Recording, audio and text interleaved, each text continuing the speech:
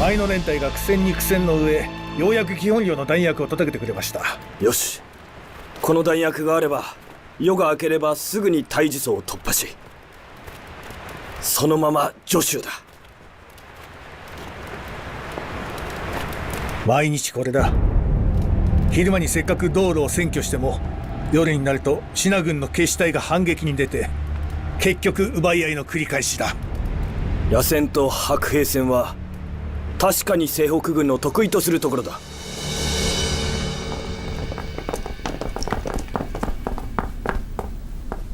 现在宣布总攻命令：一、第20军团含75军，消灭红山镇以北之敌；二、第2集团军含30军，消灭台儿庄之敌；三、第3集团军为阻击兵团，迅速南下，合围临城、枣庄之敌。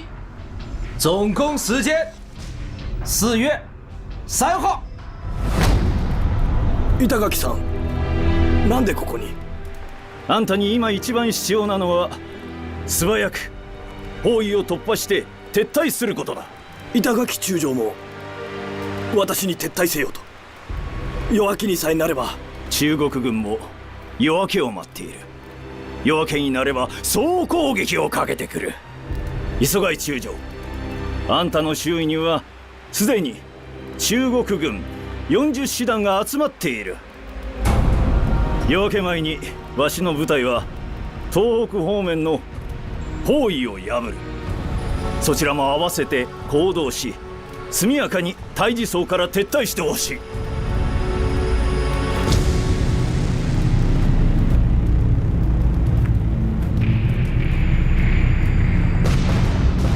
赖谷支队炸毁了搬不走的军火、弹药、物资，向义县溃逃。4月5日，坂本支队也匆匆撤出台儿庄战场。第5战区以5倍的兵力围攻日军，并付出极大伤亡代价。中国空军战机出动，从空中持续打击溃退中的坂本支队。率先掠过溃退日军的是第31师骑兵连长刘兰斋和他的战友们。刘兰斋，一名在台儿庄杀出了男儿血性的中国共产党党员，击鼓残部拼命突围，日军丢盔弃甲，尸横遍野。皇軍の対峙層における敗退は陸軍の伝統を損なうものであり、第2軍団長に責任がある。西尾歳三に代わって東栗宮を第2軍団司令官とし、第10師団長磯貝廉介は予備役に編入する。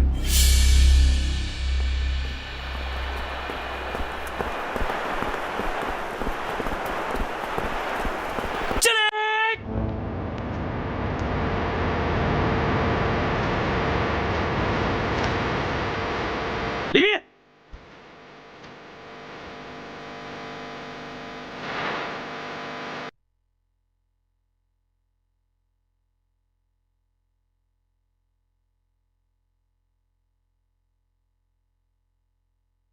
向委员长报告，台儿庄战役结束了。是。李长官，我们在台儿庄留个纪念吧。嗯。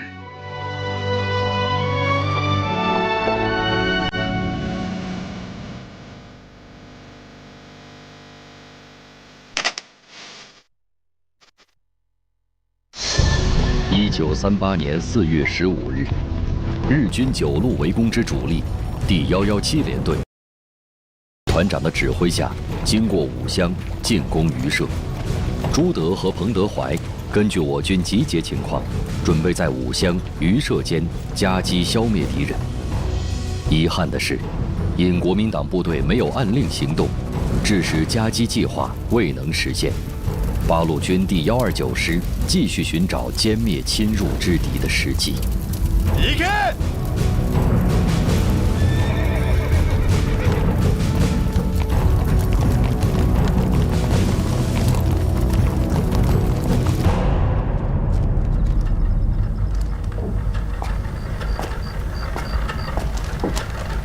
师长，侵入榆社的日军第108师团117联队已经返回了武乡。怎么退回去了？难道这个山美地旅团长又要想一出脱刀计？三米队旅团，他们的主力从屯留出来以后，一直被我们追到打。他们到了榆社以后，已经是精疲力尽了。我们还号召群众搞空射清野，1厘米、1碗水也不给鬼子留下。我看鬼子这把刀是拖不下去了。鬼子扑来扑去，始终找不到我们在哪儿，而我们的眼睛一直就盯着他们。我是刘伯承，师长，我是陈刚。日军刚刚放弃武乡，正沿卓张和东川连夜向襄垣方向奔去。好，鬼子真的逃了。命令772团为左路纵队，771团为右路纵队，769团为后续部队，沿卓张河两岸向东平行追击。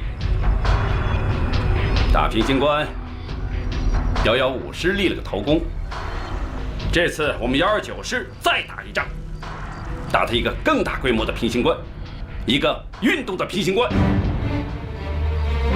有344旅689团的消息吗？还没有，电话线是断的，我们只能派人联系。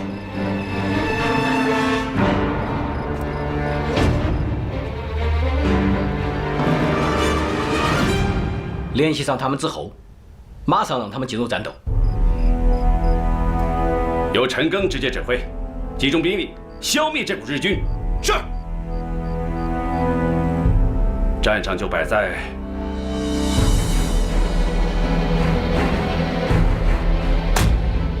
长乐村。跟上！叶团长啊，报旅长，你这几天一直没有休息，这场仗啊，嗨，旅长放心吧，身体没问题，扛得住。好，师部已经决定了，再过几天就正式升任你为副旅长了。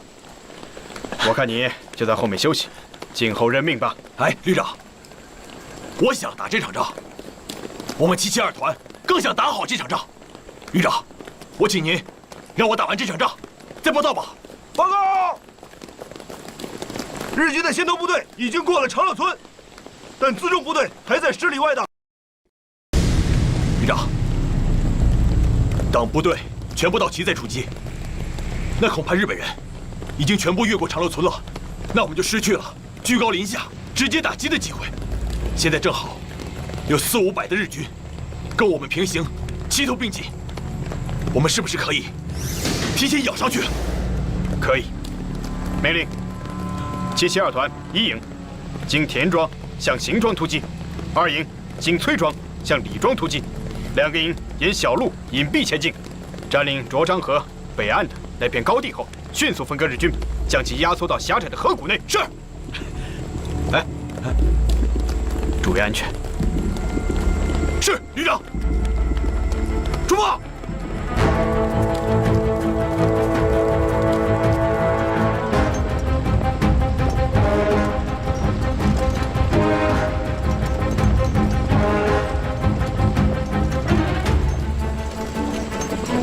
跟上，快！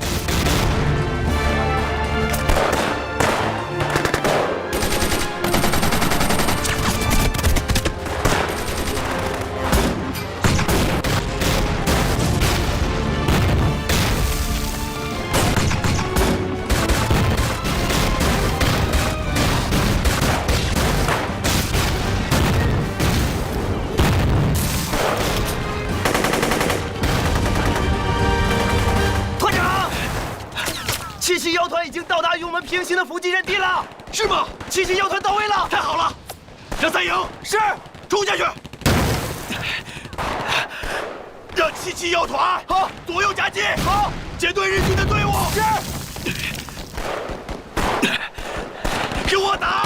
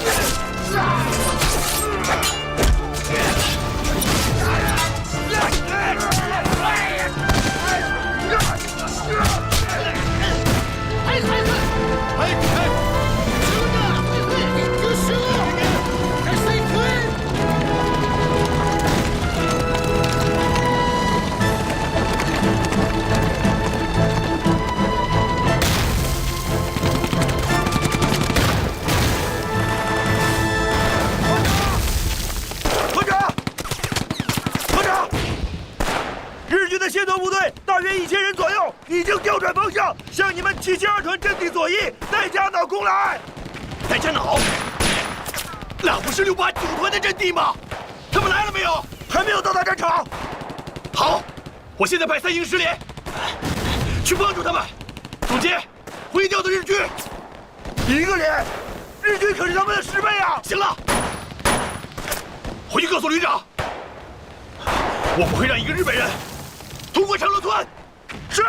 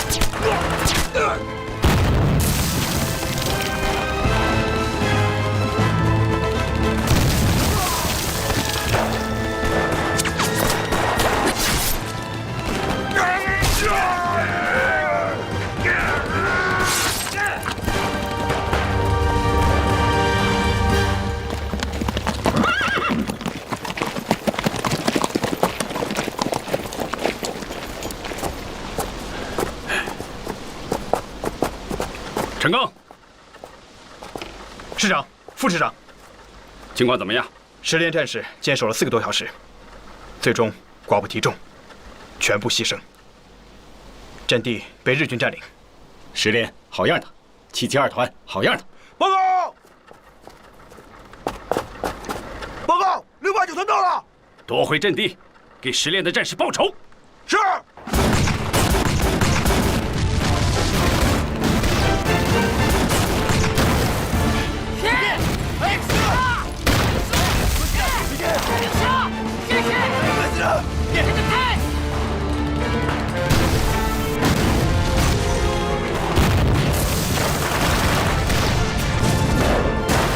为10连的同志们报仇！冲啊！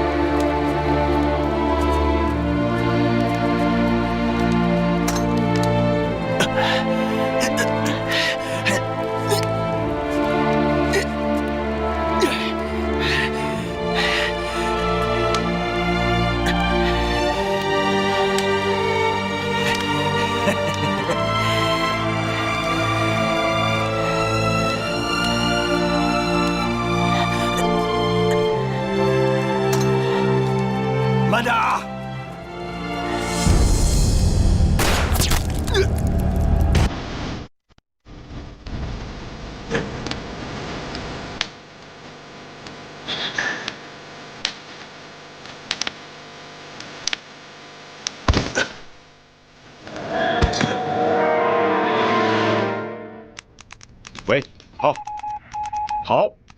好的，知道了。师长，日军已经全线溃败了。报告，辽线方向又击击了1000余日军。这曾万钟的国民党第3军搞生命的，刚从盘龙镇放了一波鬼子过来，现在又来了一波。师长，要不要结束战斗？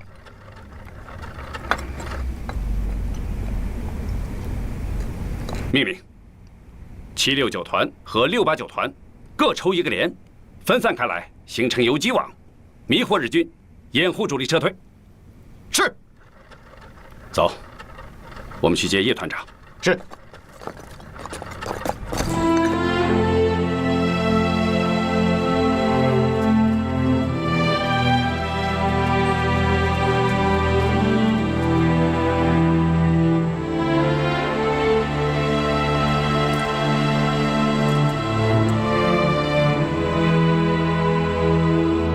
长乐村一战，共歼灭日军第108师团2200余人，重挫日军锐气，迫使其他各路进犯日军纷纷撤退。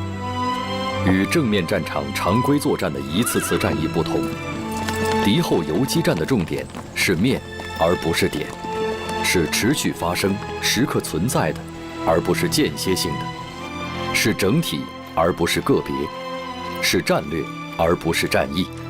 实质上，是抗日战争中规模最大、持续最久的一场特殊的战略大会战。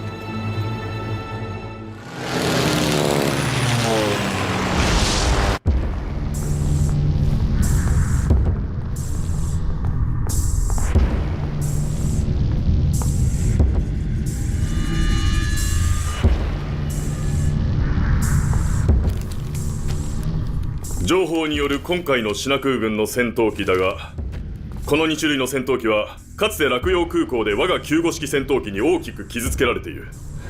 さらに我が方が今回実戦に投入する96式戦闘機は機動性能がさらに高く奥地まで入っていける。情報によりソ連志願航空隊はすでに部下に到着。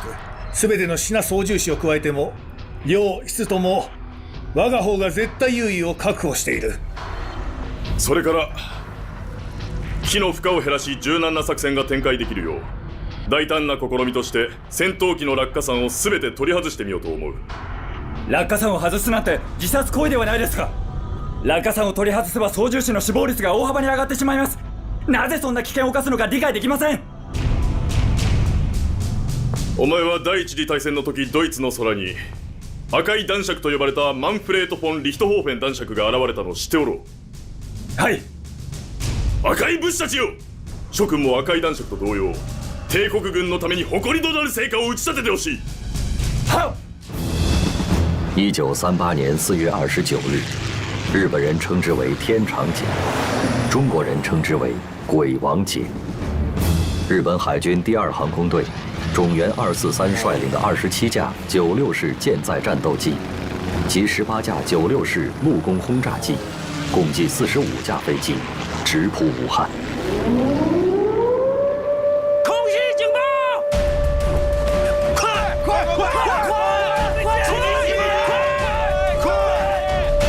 上飞机！快上飞机！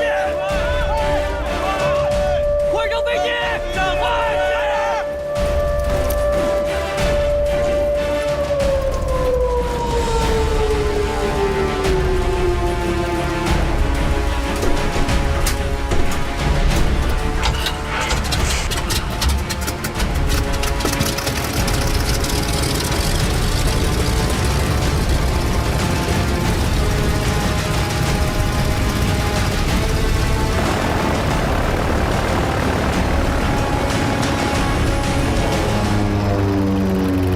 中国空军19架战斗机，加上从南昌赶来的苏联志愿航空队的45架战斗机，共计64架迎战。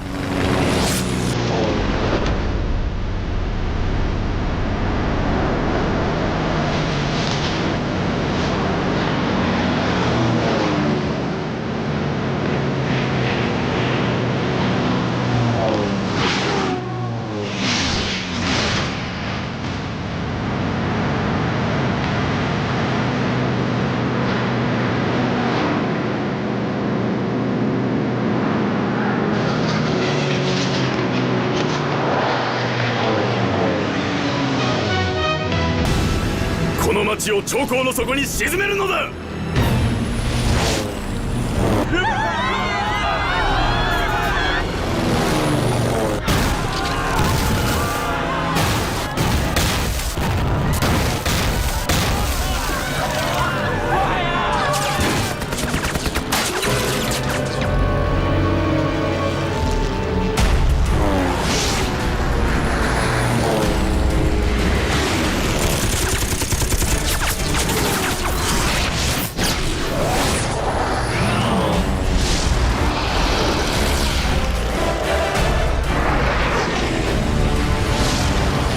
吕队长，你们可别掉队啊！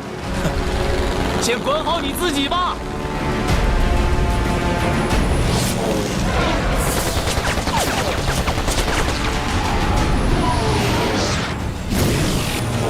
吕队长干得漂亮！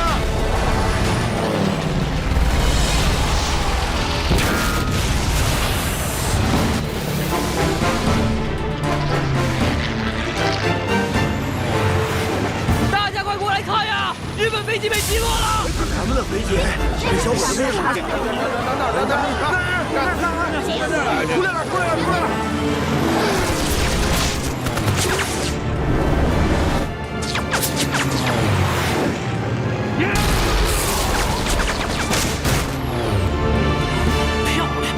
怀民，再干掉他们一架，打他个梅开三度！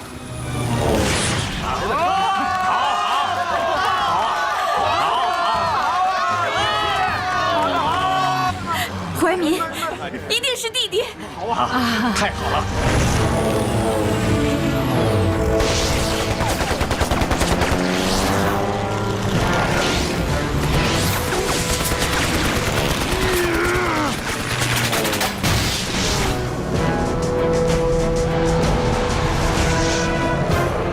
啊，这个算谁的？按照国际惯例，一人一半。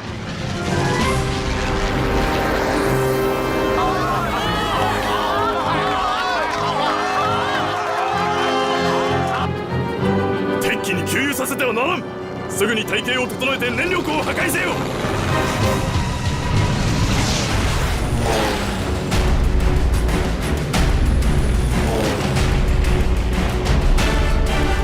队长，队长，敌人要去轰炸油库。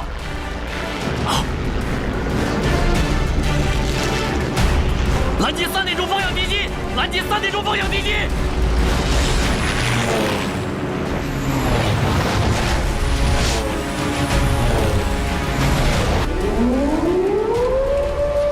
防空警报！各就各位！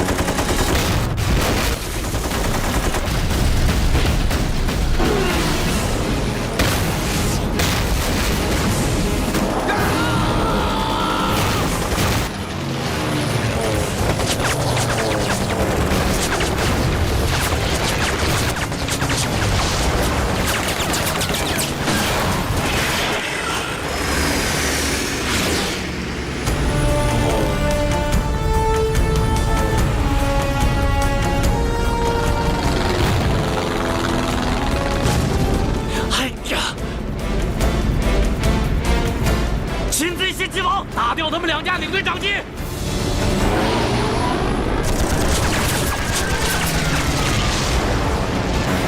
我被击中了！你被击中了？是的，谢天谢地，幸好黄英的壳够硬。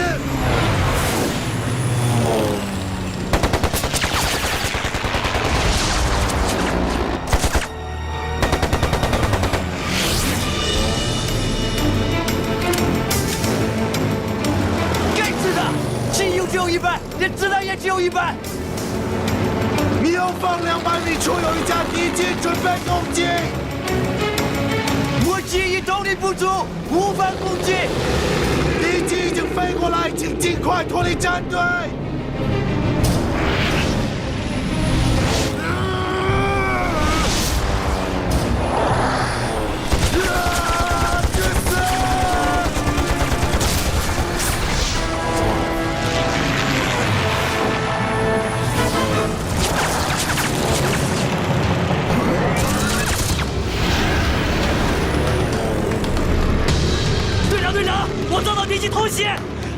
已被击中，赶紧摆脱敌机，准备跳伞。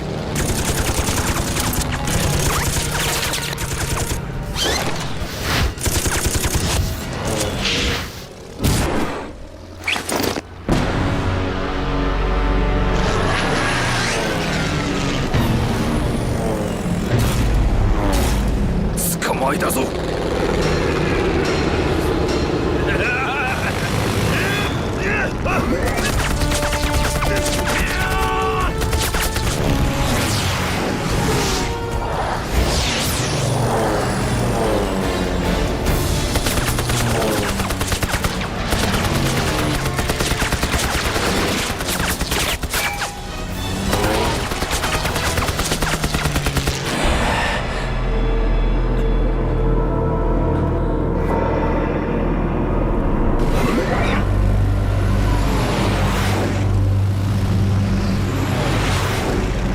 快跳伞！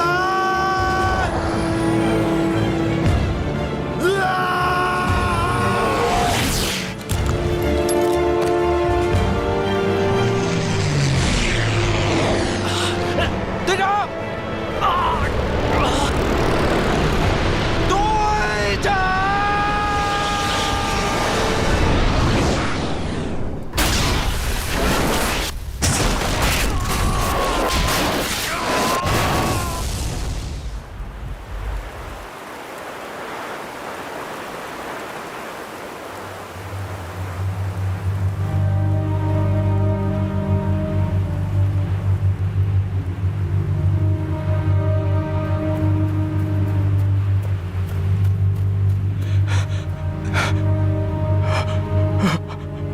队长！队长，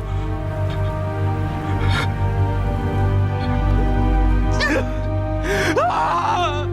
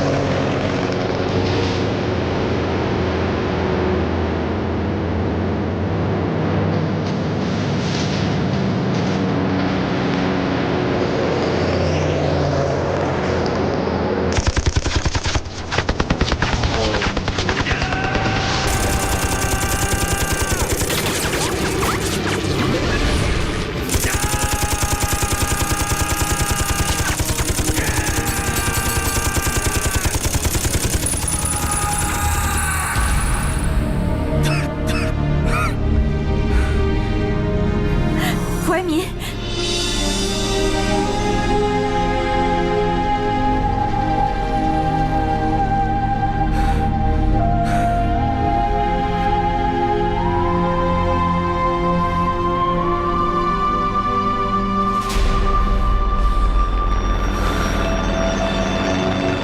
高橋報告2405危険解除。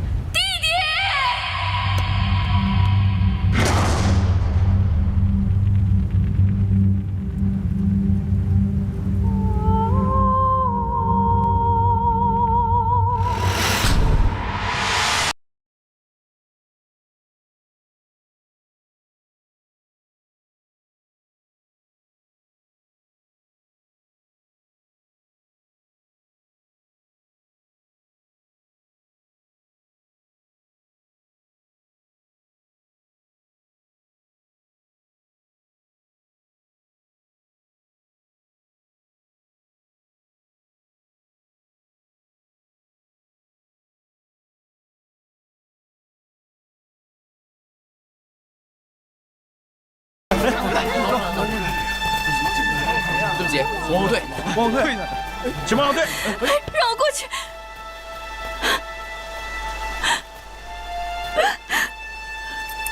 这是从他身上找到的。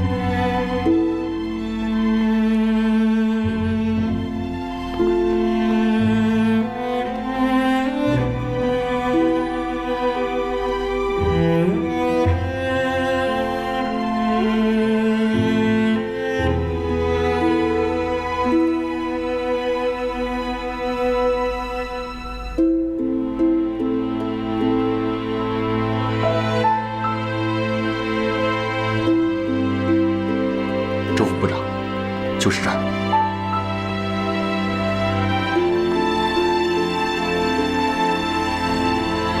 请。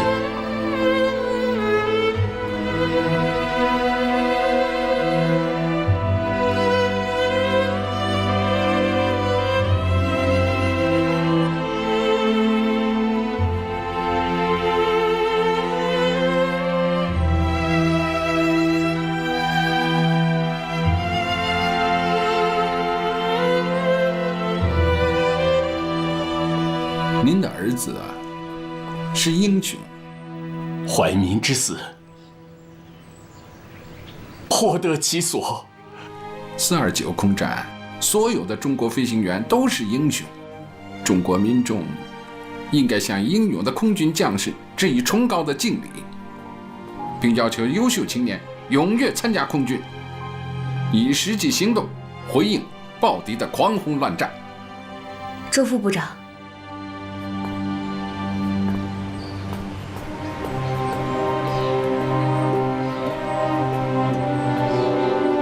周副部长，我认识您，听过您的演讲，而且经常看你们的《新华日报》。这是陈怀民的姐姐，原名叫陈天乐。弟弟遇难以后，改名叫陈难。陈难，好，要记住这次空战，要记住中国人民是因为日本帝国主义的侵略发动的战争而给我们带来的苦难。周副部长，我有一个请求。你说吧。请你等一下。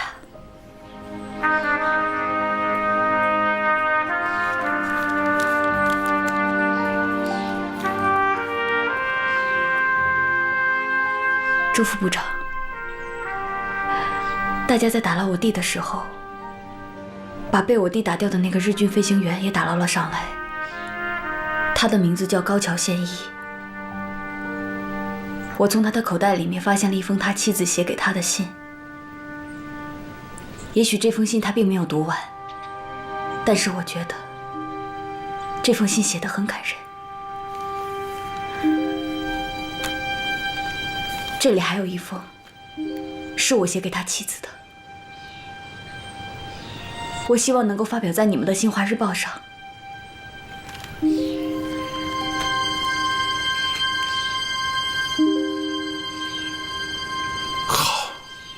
这件事情很有意义啊。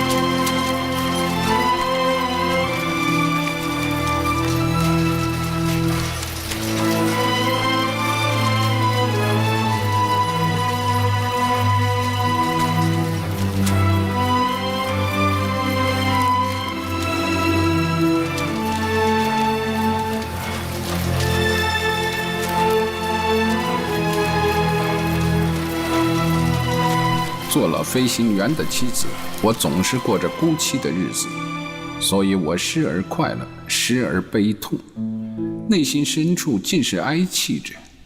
家里人也是无限的挂念你，因为如此，希望你好好保重，放弃轻生的念头。你要知道，你如果轻生而死，我会怎样活着吗？我是祈求你十分小心地尽着你的职责，平安地回家。我想，总有一天你不再离开我了，就把我的心变成你的天空，你永远留在我这里。爱你的美惠子。我是厌恶战争的，但我们中国人是为了抵抗暴力而战。这种战争是维护正义和人道的战争，是值得歌颂的战争。这意义完全与贵国不同。如果贵国军人对中国的残暴行为和强占中国领土的野心一天不停止，我们每一个中国人，不分男女老少，都将参加到更猛烈的、更坚决的战斗中去。我的父母深切地关爱着你，就如同关爱自己的孩子一样，没有一点点要厌恶你。我相信终会有这么一天，我们的手会紧紧地握在一起，我们的心会贴着心。我也相信终会有这么一天，我们会为此而努力，我们要为世界的和平而努力奋斗。一个远途奔袭日本本土，对日军展开攻心打击的特别计划，在国民政府航空委员会启动。国民政府专机飞行员徐焕生奉命执行此次特别任务。徐焕生首当其冲的工作，是要把2架大飞机足以成功奔袭东营的马丁 139WC 控制在手。自然，徐焕生还有一件麻烦事，他得有足够的诚意与手段，和平解散由14名外籍飞行员组成的杂牌第14飞行大队。Yeah. Oh, hey, cheers! Oh, it's so wonderful to be here. What's that? Yeah. That sounds great. Yeah, I've never been to this place before. Yeah, I like that as well. Yeah. Oh, get off me! What are you doing? Hey, what are you doing? 好了。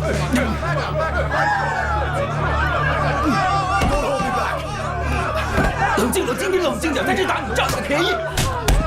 Let me go. 这是德租界，你占我的便宜，快点走啊 Let's go now, go. Wait, stop right now, stop it. Wait, guys, stop, calm down, stop it, stop.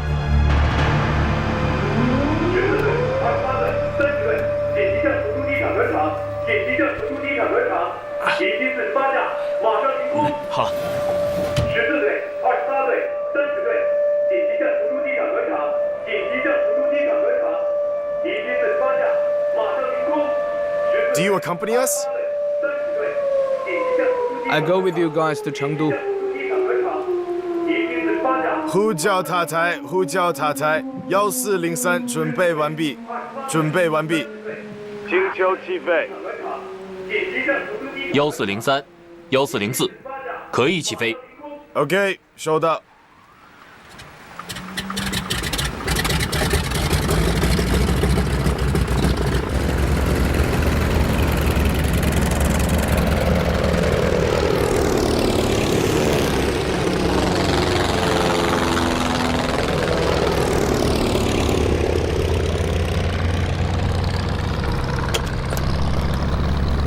报告秘书长，马丁机组已经起飞。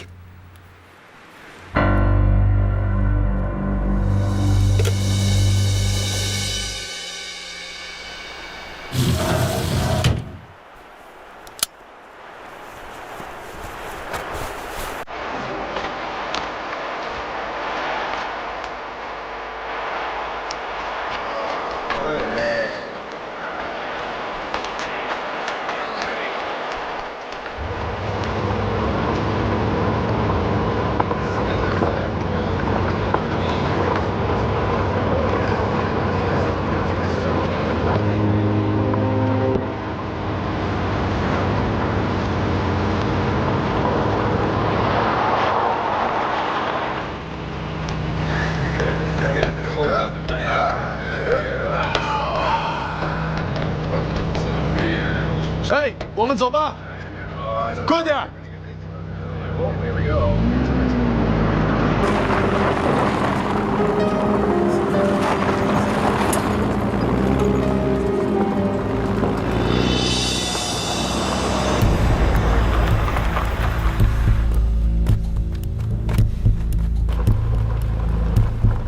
尽快把这2架飞机的航空汽油全部抽空。是。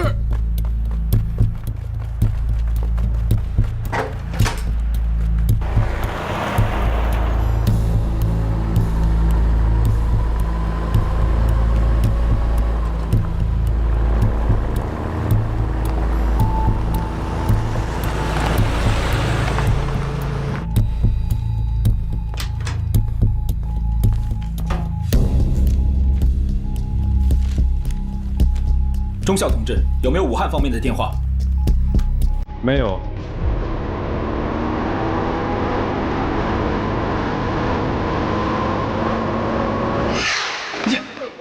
好了，别打了，冷静点，别打了，别打了，冷静一点，这里是德租界。Do you accompany us?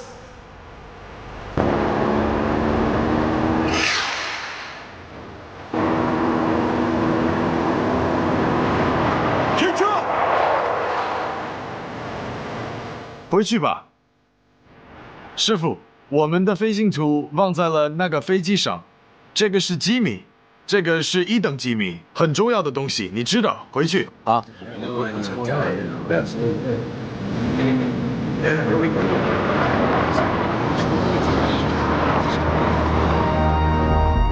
A 案完成，正在执行 B 案。可以开始执行 B 案了吗？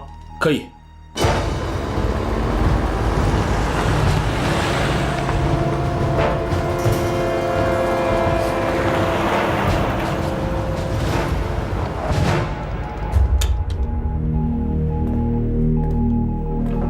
需要我们做什么吗？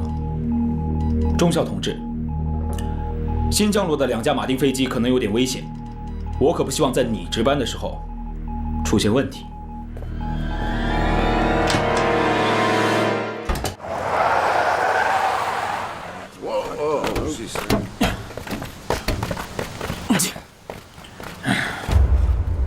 你到底是谁？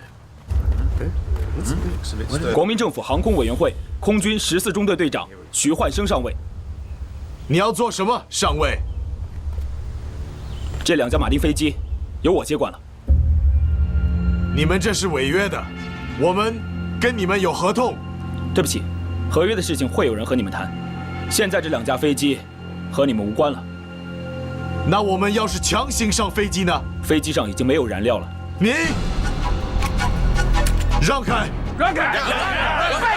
先生们，你们来我们中国是为了帮我们中国人民抗战的，我们共同的敌人是日军。威尔逊先生，请把你的枪收起来。让开！重新给飞机加油！让开！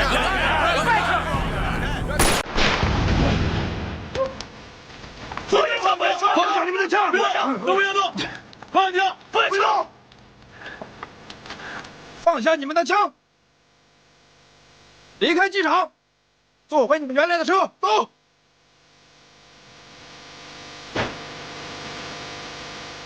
Gentlemen, draw your weapons.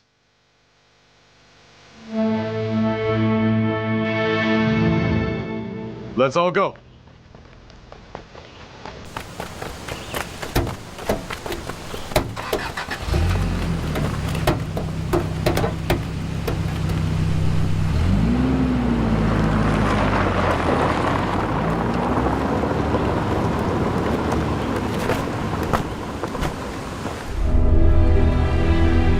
それなら我が国の飛行機だろう。おそらく。何？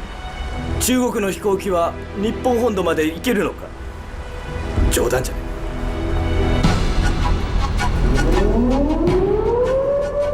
早く早く！右側300に照準、射撃準備せろ！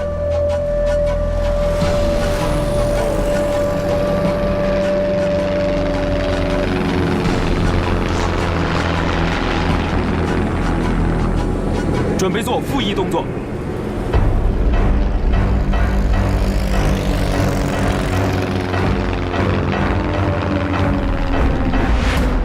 警報解除だ。艦隊は予定通りに前進せよ。はい。警報解除。艦隊は予定通りに前進せよ。警報解除。艦隊は予定通りに前進せよ。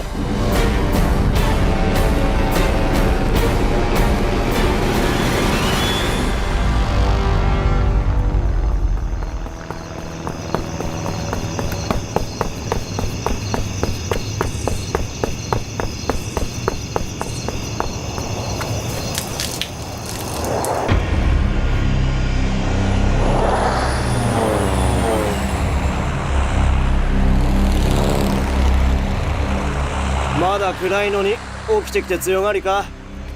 飛行機の操縦士になったら家族みんな働かなくても暮らせるそうだ。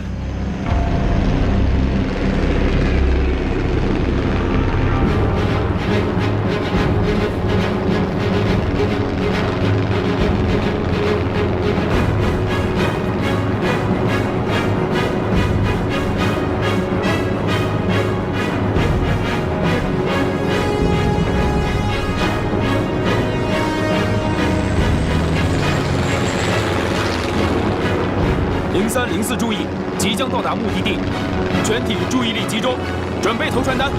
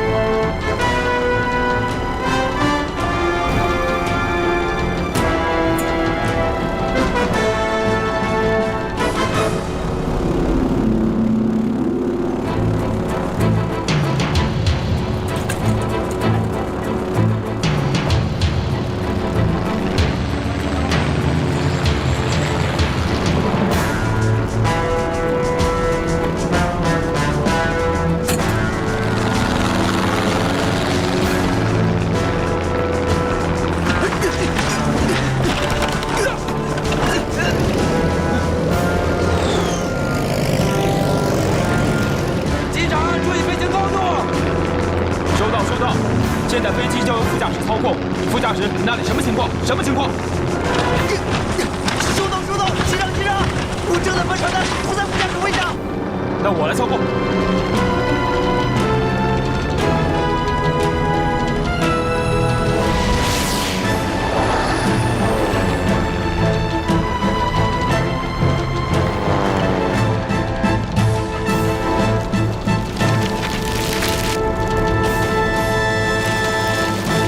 亲爱的日本人民诸君，我们的目的不是为了伤害贵国人民的生命财产，我们的使命是向日本说明，我们到了该向日本人民揭露贵国军阀在中国领土上累累罪行的时候了。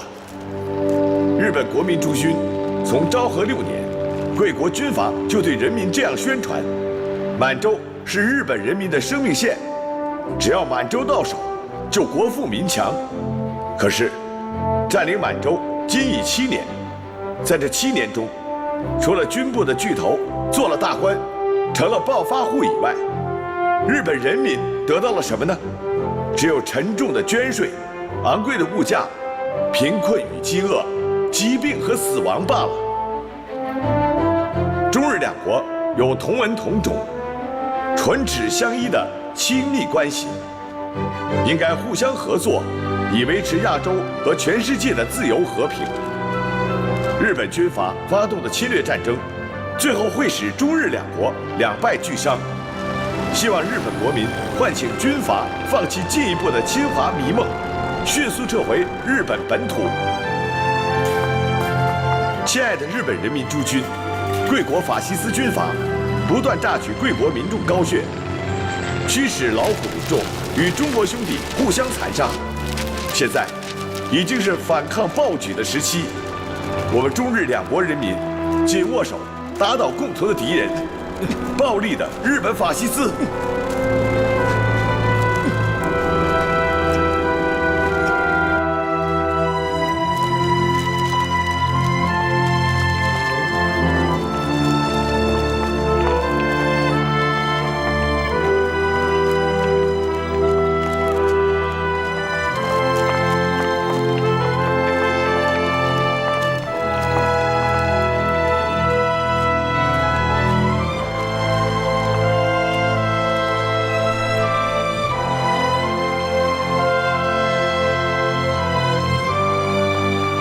我是中国武汉的一名小学教师。我的弟弟和你的夫君一样，我们叫飞行员，你们叫飞行士。他们俩在我军保卫武汉的空战中双双坠机。坦诚地说，是我弟弟撞上你夫君的飞机。但是，写这封信不是为了向你道歉，而是想说出一个中国人想说的话。高桥是因为侵略中国才战死的，侵略者的死是既无代价，也无光荣的，只会让活着的你倍加的痛苦。这种痛苦，纵有千万人来安慰你，但怎么能熨平你千疮百孔的心呢？这些，是你和贵国所有相同命运的女人，永远都不能磨灭的创伤。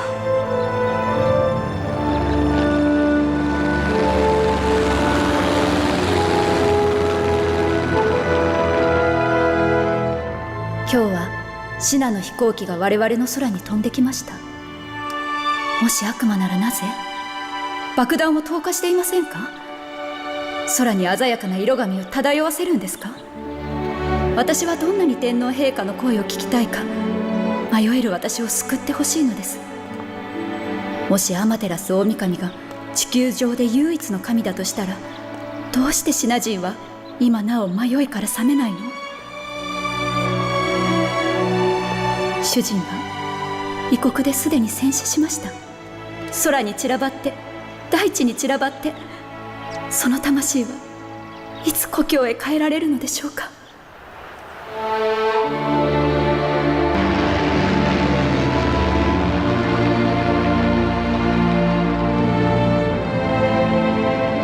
我们准备返航，防止日机追来。零四明白，零四明白。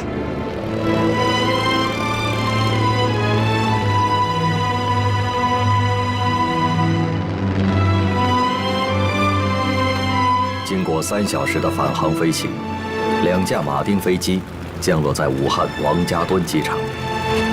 国民政府行政院院长孔祥熙，航空委员会主任钱大钧，军委会政治部副部长周恩来，八路军武汉办事处代表陈少宇、吴玉章、罗炳辉到机场热烈欢迎。大公报发表大标题文章：空军远征日本，在九州岛各地撒传单。徐焕生因远征行动成功，被美国《生活周刊》列为世界12位国际卓著飞行员之一。好，辛苦！辛苦了，辛苦了，辛苦了，辛苦了，辛苦了，漂亮！欢迎你们，武汉各界人士欢迎你们，你们是为中华民族在中国空军历史上创一新纪录！好！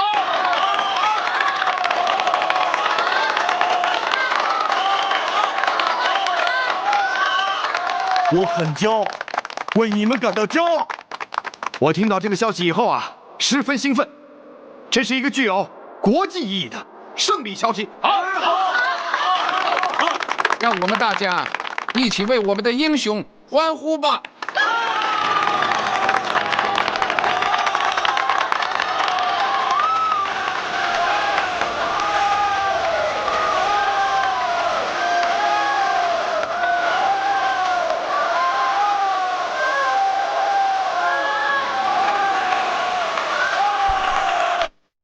要宣传一下，这是一件令人兴奋的事情。所有的前线部队，无论是陆军、空军，还是其他的地方部队，都进行了英勇的战斗，让中国人民的英雄气概表现出来。中国共产党仅以无上的热诚，向所有的爱国军人、爱国同胞致以革命的敬礼。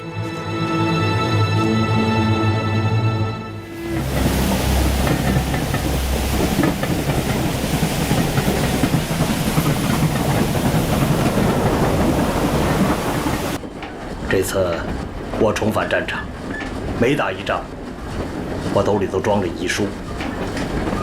我就是想找一个为国捐躯的地方，而徐州呢，挺好，对我张自忠来说很合适。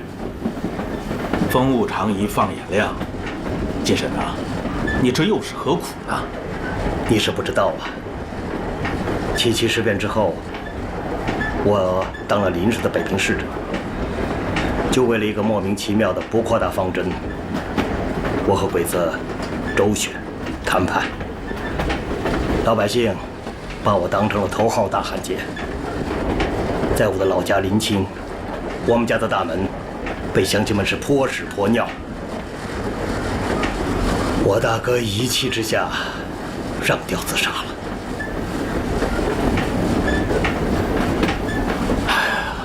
我张自忠是百口难辩了。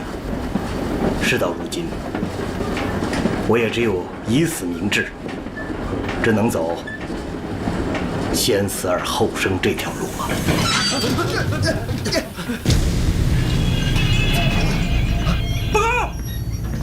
报告局长，前方铁路被炸断了。啊！走吧。走什么情况？先炸，下去吧。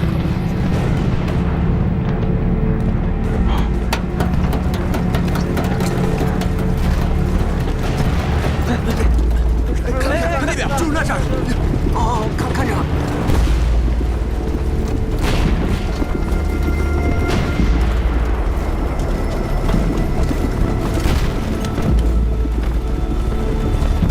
你看，这帮小鬼子来得够快的。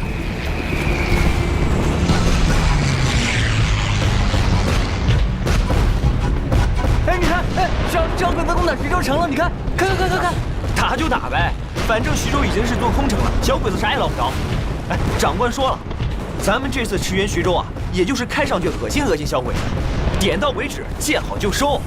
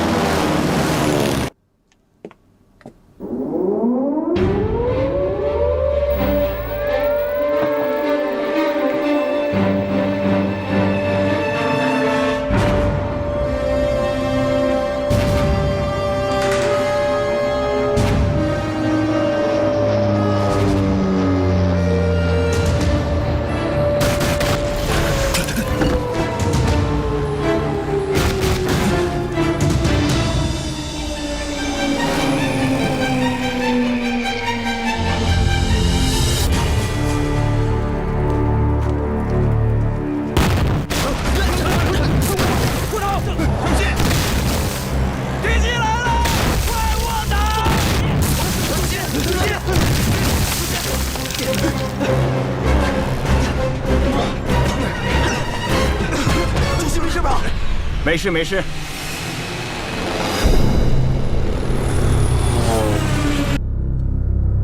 日军出动了50多架飞机，武汉3镇同时被炸，军委会大楼也被波及，太惨了。还听说日本海军正在逆江而上，已经到了芜湖、安庆，那里有上百艘舰船。另外，日本政府方面又怎么样呢？他们一再表示，对中国领土没有要求，只要中国不抵日。还有，他们不想跟蒋委员长谈，就是他下台，也不跟国民政府谈。他们真心想拥戴一个亲日本的新政府。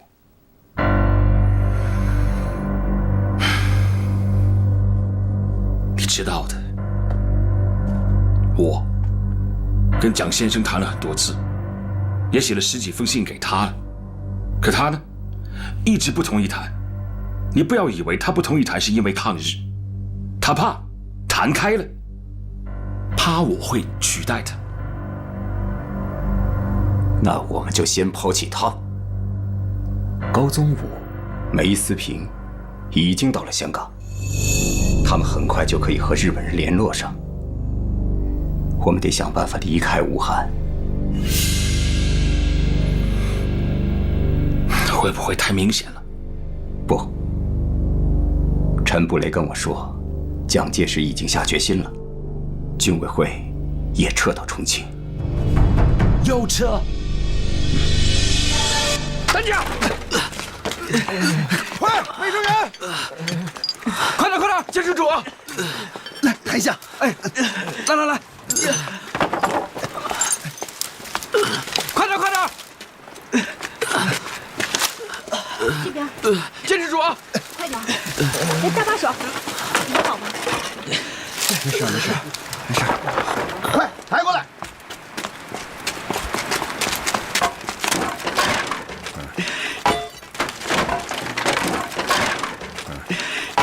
慢点啊，慢点，小心点。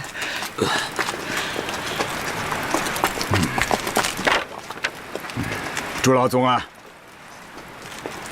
我建议我们的部队和机关尽快的疏散，在延安的同志们马上到前线去。我们的力量应该在前线，而不是消耗在敌人的狂轰滥炸之中。我同意你的想法，以中央的名义发个决定，让所有能够上前线的同志都到抗战一线去。1938年5月14日，毛泽东致电贺龙、关向应，在平绥铁路以北，沿大青山脉建立游击根据地，甚为重要。大青山支队先后由晋西北五寨地区出发，辗转偏关、平鲁、右峪地区，夜行小宿，跨过平绥铁路，到达大青山区的武川县大滩、干沟子地区，与中共领导的蒙汉抗日游击队会师。从此，八路军第120师创建的晋西北抗日根据地，发展为晋绥抗日根据地。晋绥抗日热潮来临了。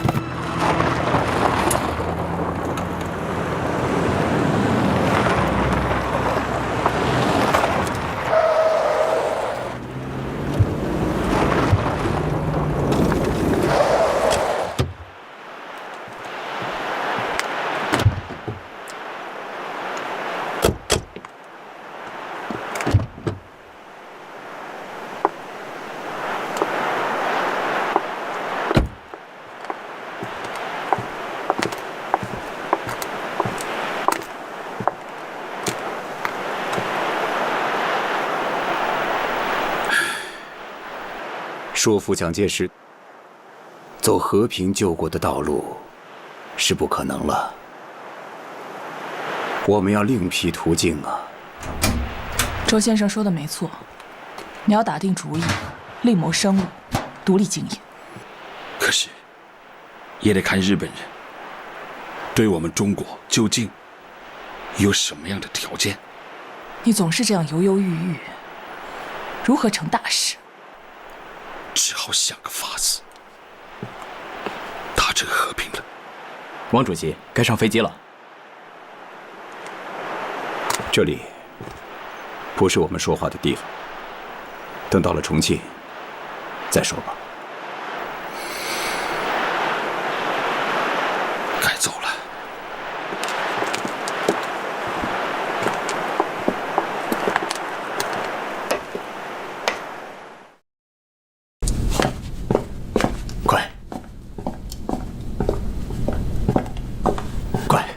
快把在香港的情况跟王主席说说。主席，日本人的中心意思呢是想让您出马收拾局面，并且离开蒋介石的视线，组织新政府，最终结束战争。哦，对了，我跟周部长已经研究过行动方案了，我们可以先到云南，再从云南到河内，再从那里到香港。不，啊，不可以这样。怎么了？犹犹豫豫，一阵风一阵雨，能成什么大事啊？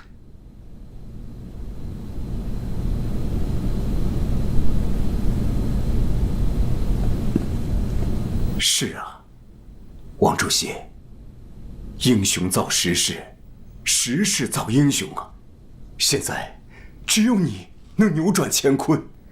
你不是一直想有一番作为吗？难道现在不是千载难逢的机会吗？干吧，千秋功名啊！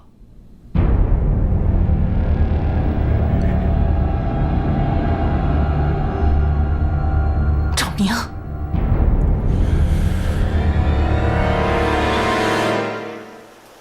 同志们，最近呢，在武汉、在南京、在上海，再战必亡的声音此起彼伏啊！这是为什么呢？因为徐州会战的撤退，因为黄河保卫战的失败，因为国府迁都重庆，连续的战争失利，让一些人吓破了胆子。但是我说，这些人的眼光是短浅的，因为他们没有从本质上理解这场战争。在当前的形势下，我们共产党人心急如焚呢。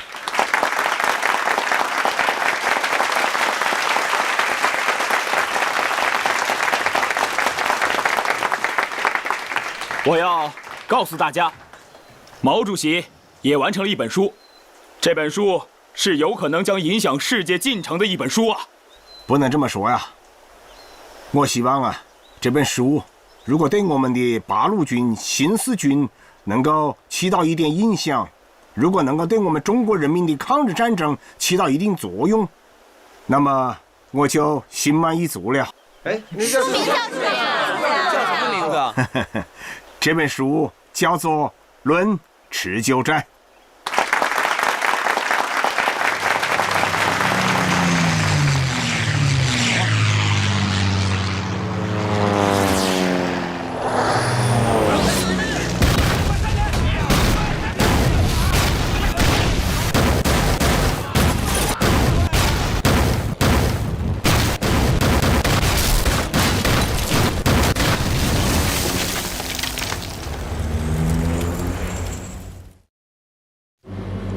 毛明为什么不同意在《新华日报》上发表毛泽东同志的《论持久战》呢？他说文章太长。长是理由吗？可以分几次发呀，也可以发单行本。长不是理由，是借口。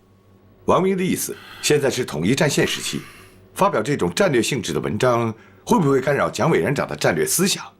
那要看这篇文章是不是真理，是真理就一定会影响人。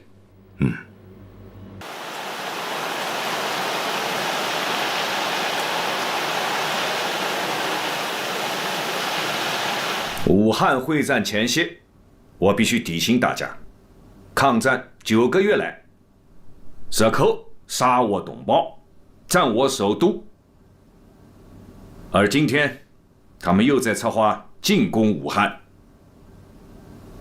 众所周知，武汉的安危得失关系到抗战的决势。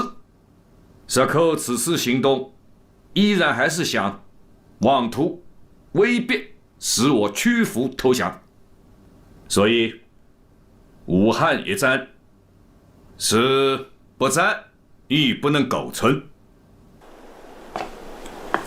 朱老总啊，这么晚了还没休息啊？哎呦，主席啊，你也还没休息啊？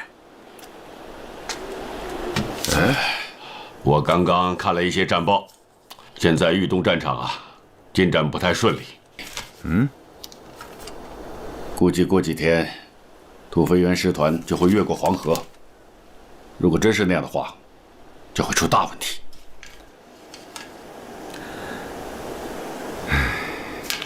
朱老总啊，我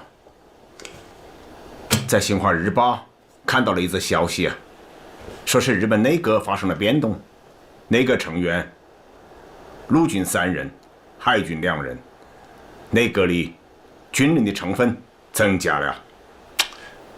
哪是军人呢？全是军阀嘛。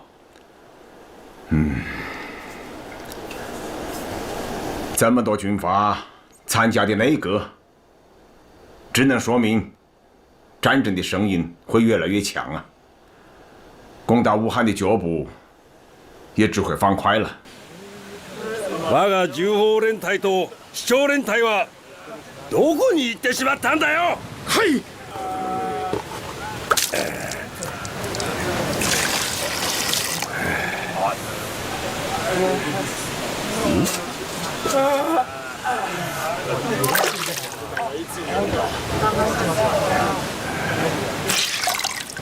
花园口决堤形成的黄泛区，虽然滞缓了日军南下的脚步，为国民政府赢得了战争准备时间，却给花园口下游地区、河南、安徽、江苏等地的百姓大众带来了深重灾难。据统计，此番人祸造成上千万人受灾，390万人流离失所，引发连续2年的大旱灾、大饥荒，数千万人沦为难民，背井离乡，逃难路上祸乱频生，哀鸿遍野。有件事情和大家通报一下：毛泽东同志的抗日游击战争的战略问题一定要在《新华日报》上发表。我们的报纸是共产党的报纸，共产党的报纸发表党的领导人的文章，天经地义。而且在第2期抗战的关键时候，发表这篇文章意义重大。这篇文章我看了，关键是文章中的持久战思想形成了一个完整的体系，而且很全面，对中国的抗日战争有非常现实的指导意义。那这件事情就这么定了。保卫大武汉的序幕已经拉开了，在军委会上，我提出要尽快遣散机关、工厂、学校和广大居民。会议上同意了我的看法。下一步，我们要配合军委做好宣传工作。明天，《新华日报》社论的题目就叫“疏散武汉人口的问题”。疏散人口！目前，战事已进入新的紧张阶段。他们轰炸广州，踏进中原，严重威胁到华南地区。疏散人口不是畏惧敌人，而是为了更好的抗战。到我们的后方去，后方有很多工作需要我们去做。撤离人口是为了更好的保卫大武汉，保卫大武汉，保卫大武汉，保卫大武汉。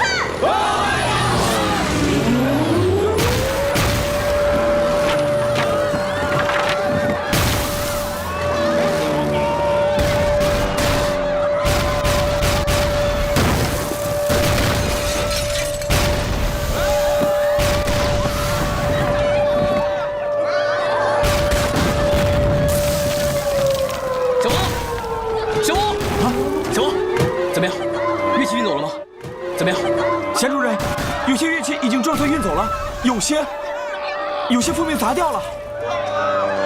为什么要砸掉？为什么要砸掉乐器呢？没办法，像钢琴、架子鼓这样的大件东西运不上船，只能砸掉了。跟我走。星海，找我什么事？你快去劝劝吧，郁大夫在酒馆里发酒疯呢。告诉他们务必运走乐器，想想办法，快去！好。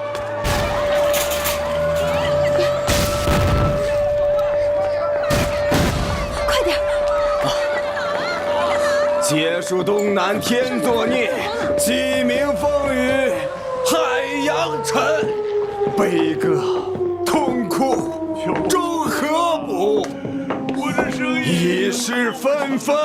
求求你了，说地气！哎呦，求求你们了，你说我这还能开张啊？大夫，你快下来呀！大夫，大夫，大夫，别管我！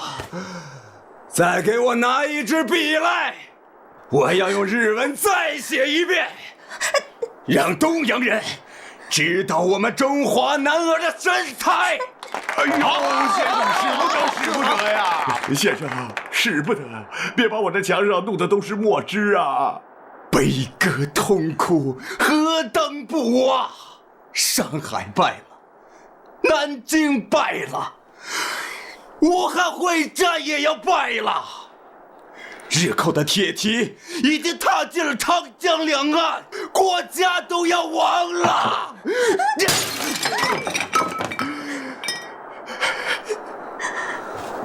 你就这么在乎这堵墙干什么？求求你了，先生！大夫，你下来！我不走，跟我走！你别拉我，别拉我，让我喝死算了。你们别拉我，别拉我，让我回去喝。大夫，让我喝死算了。大夫，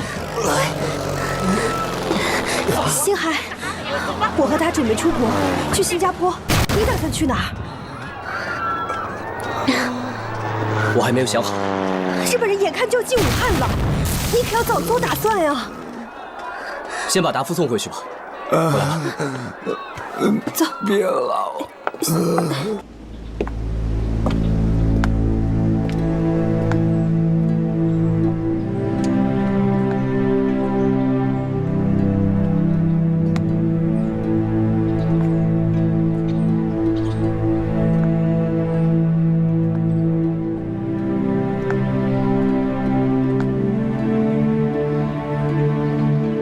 星海，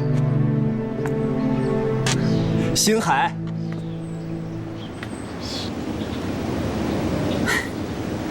桂涛生，好久不见了，好久不见。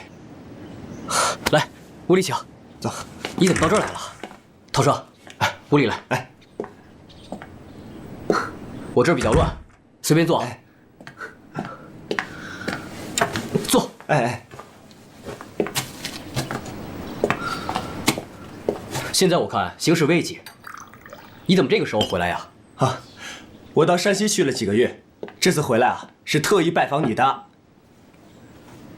山西，那可是沦陷区啊。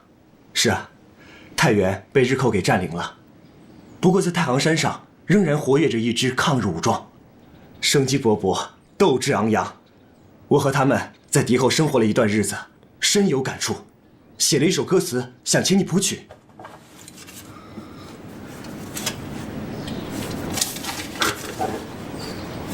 哦，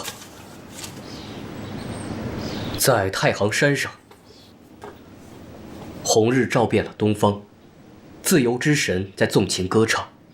看，千山万壑，铜壁铁墙，抗日的烽火燃烧在太行山上。猴子，我试一下。哎，等等，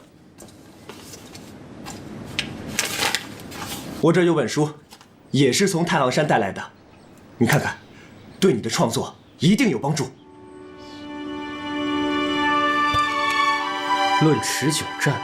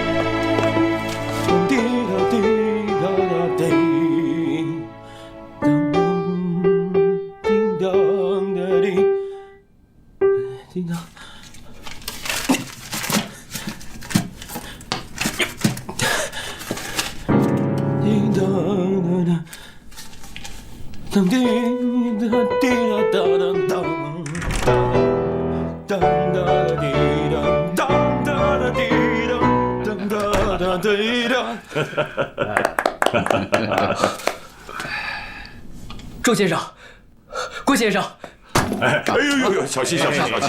你们好，你们好。这是中国武汉的代表董必武，董老。董老你好，幸会。啊，来，请坐。好，我这儿比较乱。好，请来坐。来坐。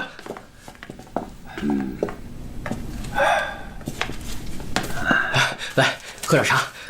哎，我这太乱了。别客气，没关系的。哦，对了，我最近看了一本书。您看这段：亡国论者视敌人如神物，速胜论者视敌人如草芥。这些都是不对的。抗日战争是持久战，唯有全民族全面的抗战，才会让抗战得以最后的胜利。没错，只有人民才是创造历史的动力，只有动员起民众，才能够完成持久抗战。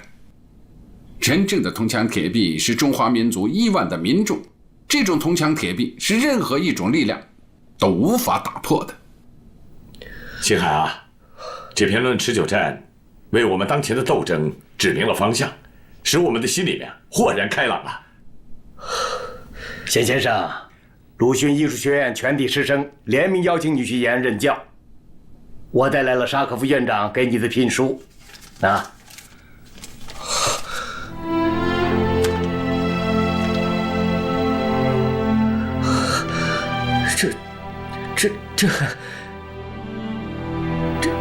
这真是太突然了。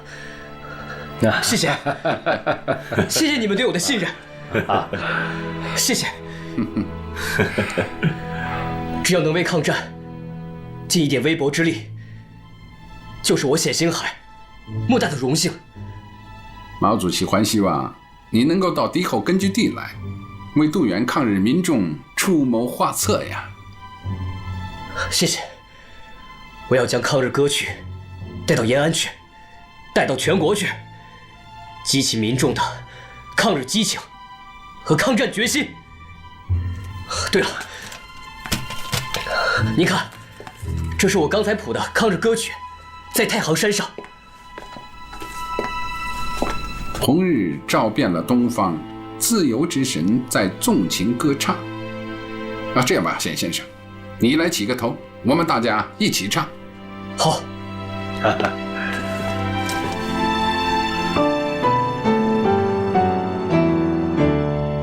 红日照遍了东方，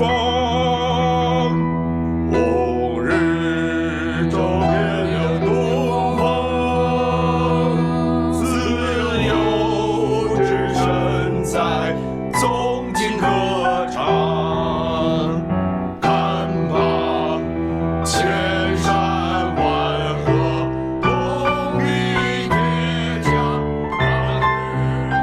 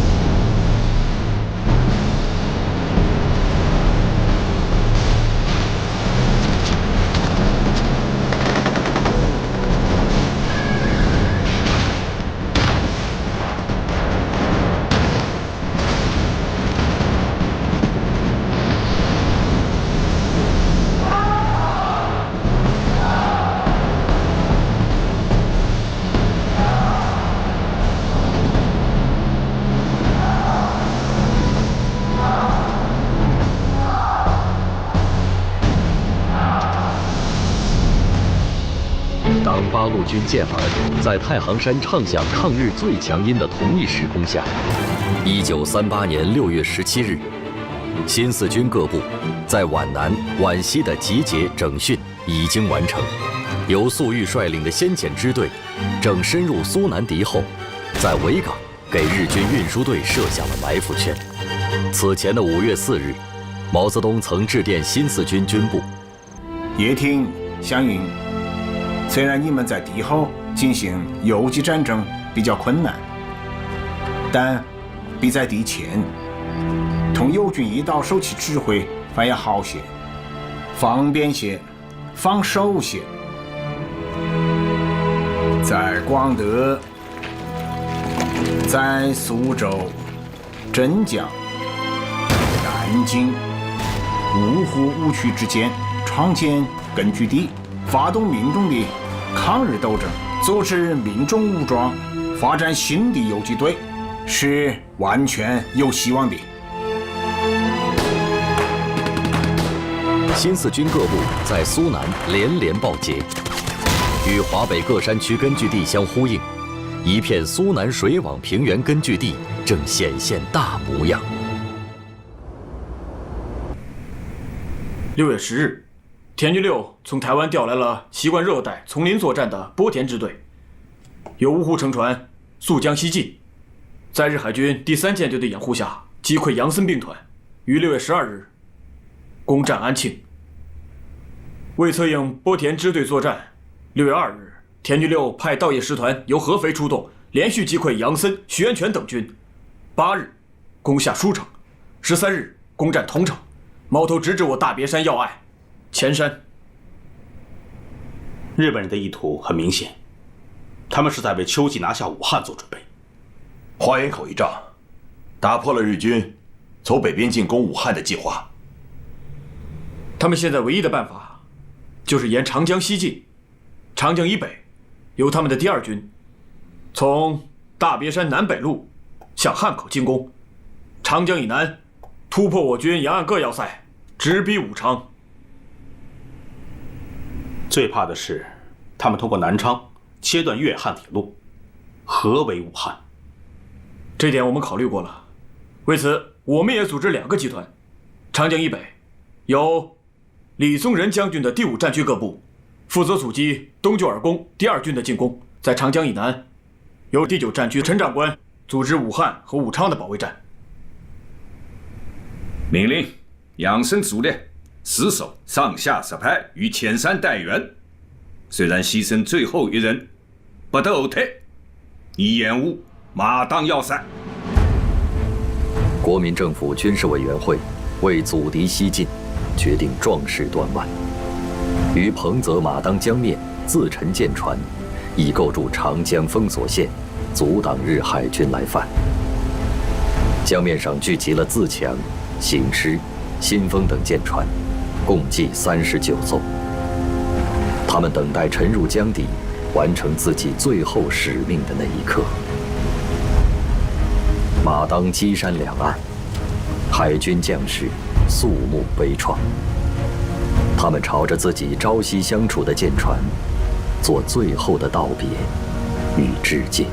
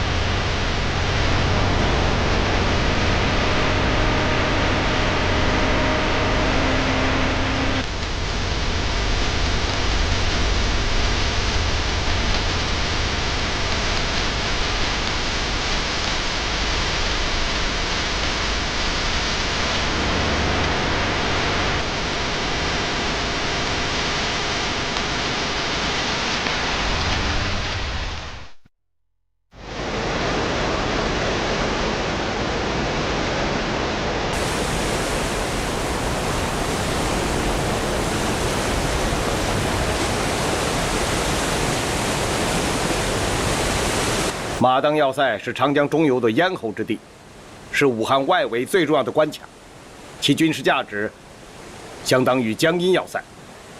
蒋委员长十分看重马当，并且指示一定要抵挡日军1个月。我们在那里沉船49艘，构筑了横贯两岸的蓝河坝式阻塞线，并设有3道水雷防线，共有1765枚。岸上设有3级锁江炮台、碉堡、战壕等工事，再加上天险的帮助，守1个月根本不在话下。江防要塞守备司令部下辖3个总队和陆战支队第2大队，其中第23总队和陆战支队第2总队驻守在马当、湖口，第2总队的1大队部署在最前沿的湘口江边，并配有4起海炮控制江面。以上统归第2总队长包长义指挥。白长官。我们的马当那是铜墙铁壁呀，小鬼子，光是排雷也得1年半载的。再说，两岸都有高射炮，想要越过这里到武汉去，别说是门了，就连窗户都没有。我会把这里的布防情况向委座汇报的，我相信委座会十分满意的。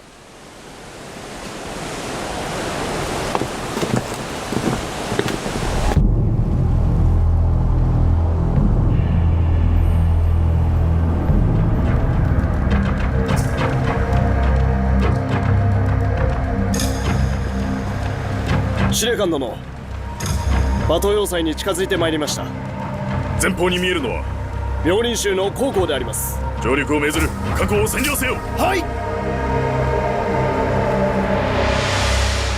根据军委会的作战方针，我第9战区的主要任务，就是在长江以南，借助各要塞及鄱阳湖和长江沿岸的丘陵、湖沼等有利地形，阻击西进的日军。以薛岳将军为第1兵团总司令，指挥李汉魂、叶兆、欧震、于继时、王靖远、李玉堂、李觉、陈安保、商震、王灵基等军，沿庐山山脉和鄱阳湖西岸布防，威胁沿长江西进日军之侧背。是。以张发奎将军为第2兵团总司令，指挥李先洲、甘礼初、刘彦谷、张刚、孙同轩、卢汉、万福林等军，沿9宫山山脉布防，阻击敌人沿瑞昌到武昌公路前进。是。另外，速电告陶恩伯，第31集团军的9个师为第9战区的突击军，策应第1兵团和第2兵团联合作战。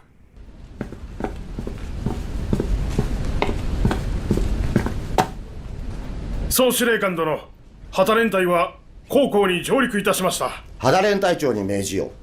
直ちに高校を占領の上、馬頭要塞に進攻せよ。はっ。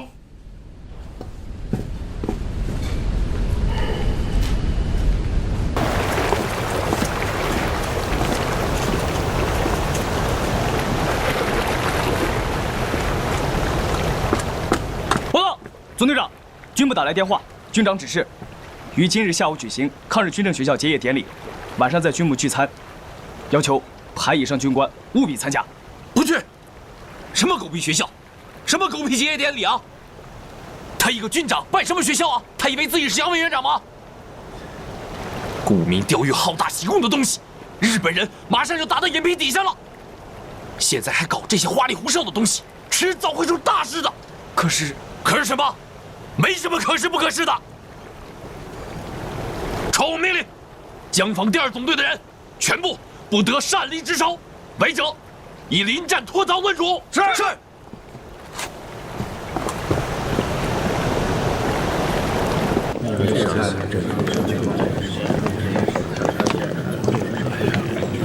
哎呀，军座呀！未央，谢赏俩。军座说话哪敢不来呀？报告军座，不长记性的东西，跟你说过多少遍了，不要喊军座，要称呼老子校长。是校长。来，校长，请。请。哎呀，看来宇恒兄特别喜欢校长这个称呼啊。魏婴啊，你是黄埔军校毕业的，嗨，天子门生，你应该深有体会啊。在校长面前，军长算个屁呀！李校长高论，从今天起，我们这些人可都是李校长的门生了。不敢当，我们都是兄弟，都是兄弟啊！人都到齐了吗？报告校长，参加典礼的人员大部分到齐了，就剩下马当要塞那边江防第2总队的人还没到。这个包长义是不是太不识抬举了？就算他不把您这个军长放在眼里，最起码您还是虎口马当江防的要塞司令吧？哼，人家是海军过来的人，怎么把我们这些土包子放在眼里啊？不来拉倒！哼，我这好酒好饭，大不了喂狗。请走。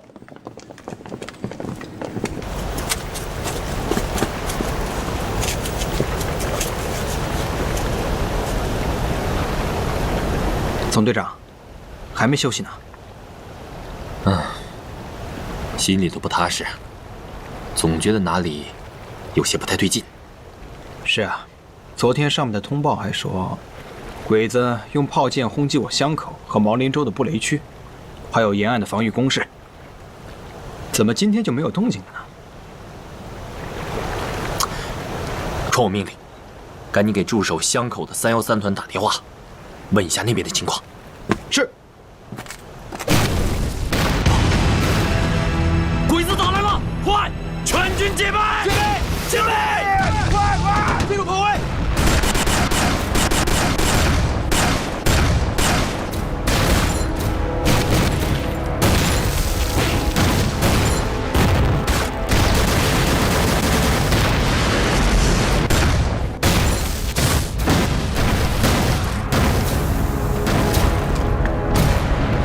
命令，各炮台立即进入射击状态。是。命令，各炮台立即进入射击状态。喂，是。长官，日本地面部队向我发起攻击。命令要塞守备队立即进入阵地，消灭向我进攻的地面部队。是。总队长，我们只有800人，只怕坚持不了多久了，要赶紧请求增援了。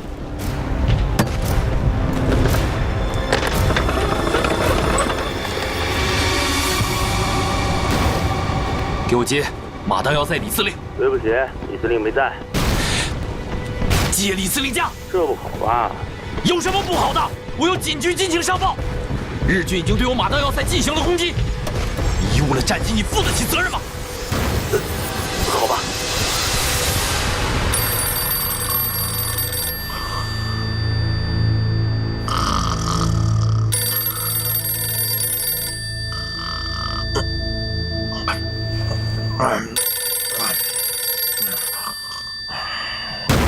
电话没人接。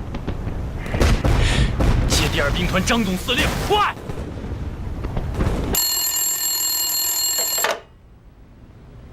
我是张发奎。鬼子对我马当要塞进攻了。什么？鬼子向马当要塞进攻了？包总队长，你们坚持住，我马上命令李运恒派部队去增援你们。接16军司令部。16军吗？是16军。告诉你们军长李运恒，立即增援马当要塞，不得延误。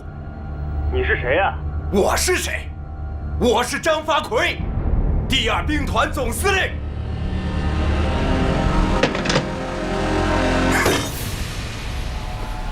军座，军座，军座，军座！混蛋！半夜3更报丧啊！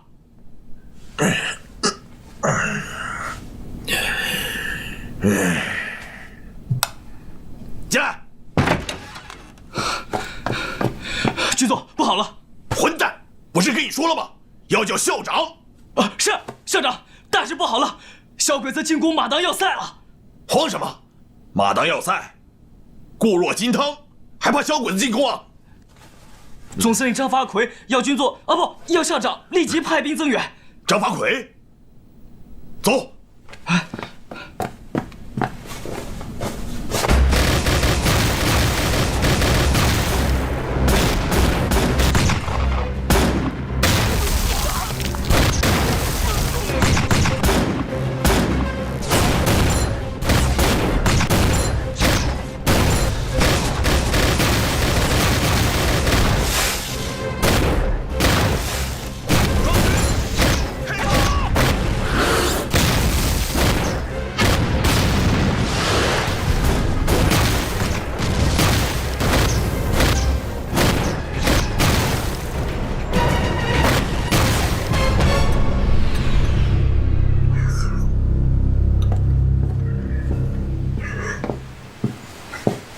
军座，鬼子开始进攻了。是这样。鲍长义这个家伙，求援不来找我，反倒把电话打到第2兵团张总司令那里。张总司令要我马上派兵增援，只有麻烦老弟你走一趟了。军人以服从为天职，我马上出发。哎，来，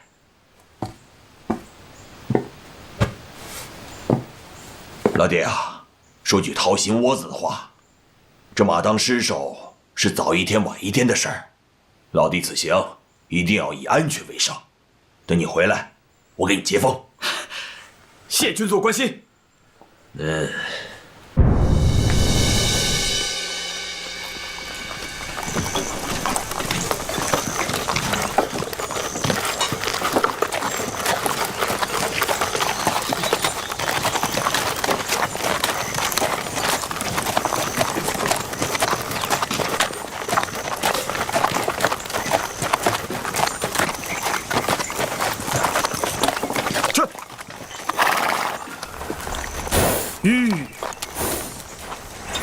走这边，师座，走大路，骑马直接去马当，只要几10公里的路程；走小路，我们就要多走1倍的路。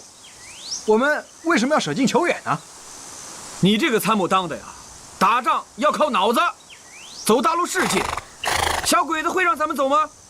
一旦路上遇到飞机轰炸，别说赶不到马当，我整个师都要报销差不多1半的兵力，你知道吗？可是上面的命令，上面的命令，如果全听上面的命令打仗，那还要你我干什么呀？走，出发，走小路，给我跟上。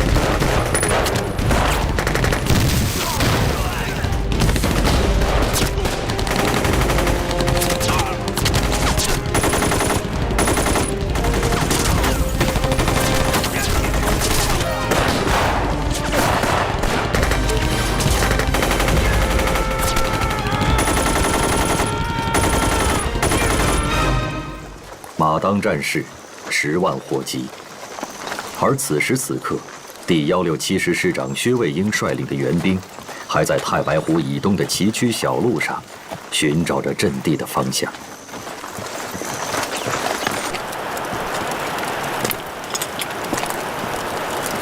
马当守军打退日军数10次进攻，伤亡惨重，固守待援。而本应该早就到来的援军，却一直未见踪影。转眼间，日军又一轮进攻来到了。快，鬼子上来了！准备战斗！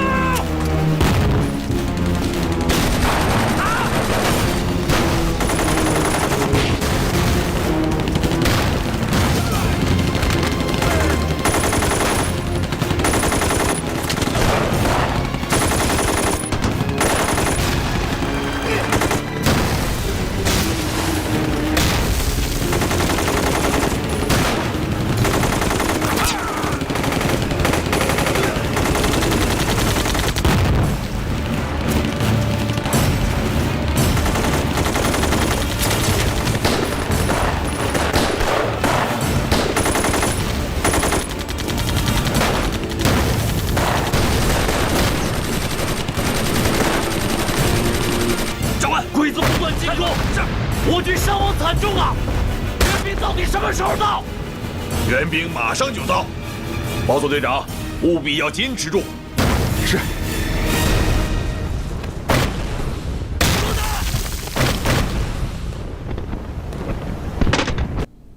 马上给我发电，问一下薛卫英师长，他们现在到了哪里？是。几十里的路跑了1天了，怎么还没有到？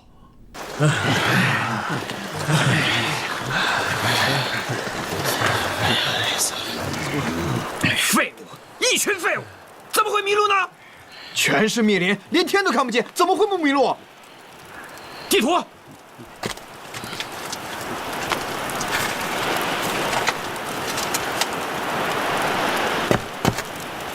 报告，师座，军部询问我们现在位置。现在位置？我哪知道这是哪儿啊？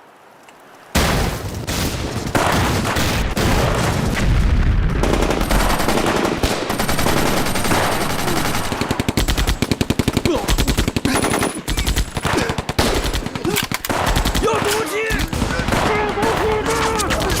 开车！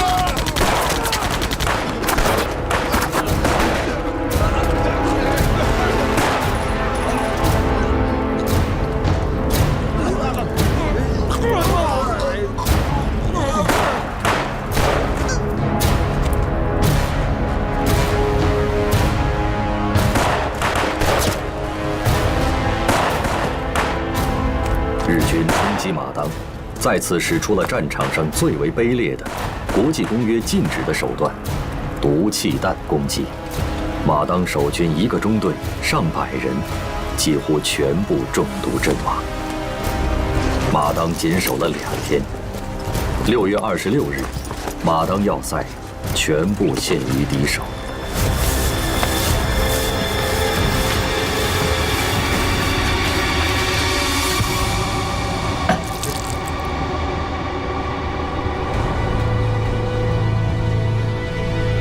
李运恩、薛卫英必须撵办。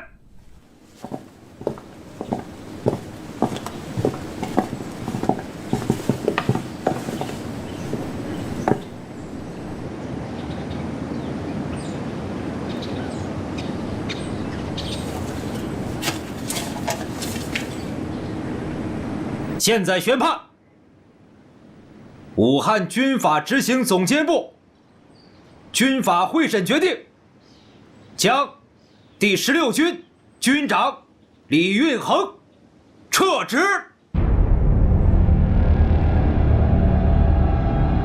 将第167师师长薛卫英以畏敌如虎、贻误战机的罪名执行枪决。陈长官，能不能再给我一次机会，让我将功赎罪？会战关涉抗日大局，系统儿戏，必须严肃军纪。军座，带下去。校长，放开我！军座，军座，放开我！李运衡，你害死我了！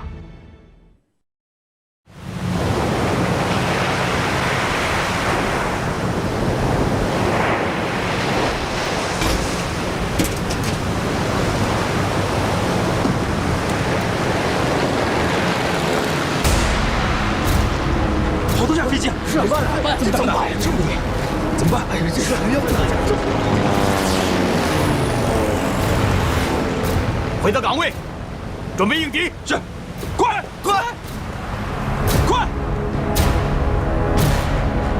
叶军师，我是萨什俊，立即向海军部报告，我舰与多架敌机遭遇。是，立即向海军部报告。立即向海军部报告。是。中山舰电讯室张松龄，10月24日下午3时06分报告，我舰与多架敌机遭遇。